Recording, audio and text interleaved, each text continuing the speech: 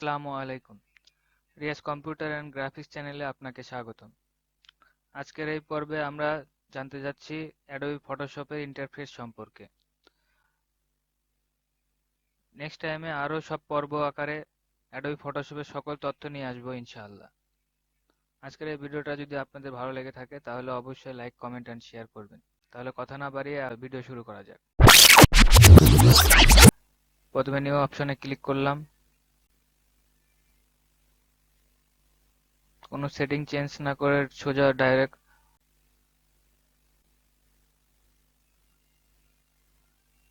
আমাদের সামনে ইন্টারফেসটা চালু হয়ে গেল। আচ্ছা, আসুন ইন্টারফেস সম্পর্কে তথ্য নেই। উপরে দেখা যাচ্ছে file, edit, image, layer, type ইত্যাদি। এখানে ক্লিক করলে আরো অনেক অপশন আছে।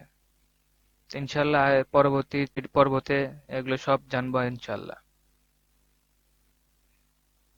এটাকে বলা হয়, উপরে যে মেনু, ফাইল, এডিট, ইমেজ, এগুলো যারা দেখছেন এগুলোকে বলা হয় মেনু বার।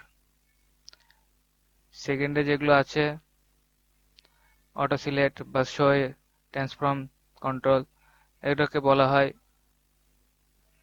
অপশন বার। আর বাম সাইডে যেগুলো দেখতেছেন সেগুলো হলো টুলবার।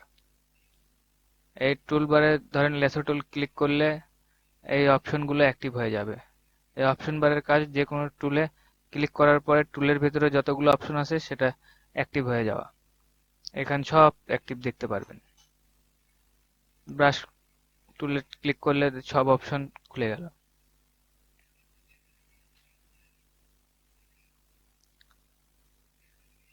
আর এই ডান সাইডে যেগুলো দেখতে পাচ্ছেন এটাকে বলা হয় ফ্লোটিং প্যানেল।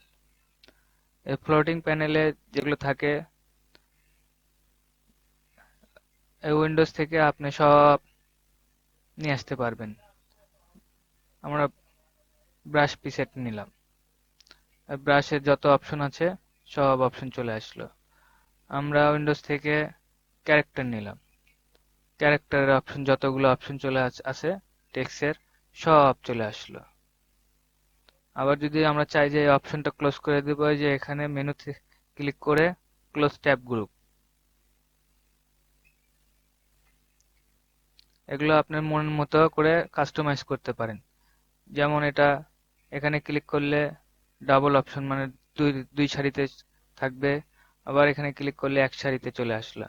আপনি ইচ্ছে করলে যে এখানে ক্লিক করে টান দিলে ড্র্যাগ করে এখানে ছেড়ে দিন, আপনি যেখানে ইচ্ছে সেখানে নিয়ে যেতে পারবেন, মন মতো কাস্টমাইজ করতে পারবেন। আবার এখানে নিয়ে ছেড়ে দিলে আবার আগের মতো হয়ে যাবে। ফ্লোটিং প্যানেল এগুলো যদি আপনি চান যেখানে ইচ্ছে সেখানে নিয়ে কাস্টমাইজ করে রাখতে পারেন। ধরুন আপনার থেকে এগুলো সব এলোমেলো হয়ে গেছে, তখন কি করবেন? সব এলোমেলো হয়ে গেছে, কোনো কিছু খুঁজে পাচ্ছেন না, তখন কি করবেন? এই অপশনটা, এই যে এখানে ক্লিক করবেন।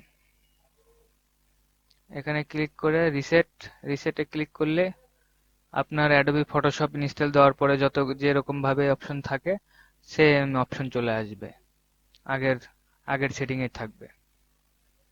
আচ্ছা, ইন্টারফেস সম্পর্কে আরেকটা তথ্য দিই। এডিটে যাবেন, এডিটে ক্লিক করার পর প্রিফারেন্স থেকে ইন্টারফেস, এই ইন্টারফেসে গেলে দেখুন এই হোয়াইটে ক্লিক করলে পুরো থিমটাই আপনার সাদা হয়ে গেল। তারপরে লাইট গ্রেতে ক্লিক করলে লাইট গ্রে হয়ে যাবে। আর ডিপ গ্রেতে ক্লিক করলে ডিপ গ্রে। আর একবারে ব্ল্যাকে ক্লিক করলে একবারে ফুল ব্ল্যাক। চারটা থিম অপশন বা কালার থিম পাওয়া যায়।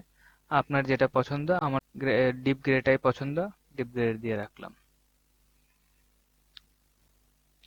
ইন্টারফেস সম্পর্কে এই ছিল আজকের ভিডিও।